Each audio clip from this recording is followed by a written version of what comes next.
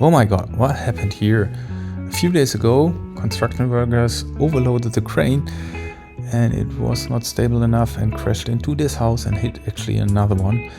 And there needed to be a fire brigade that cut off some parts of the crane. Here you see the full details during my drone flight. Enjoy the flight and see the full picture. Wild and free, basic getting sprung.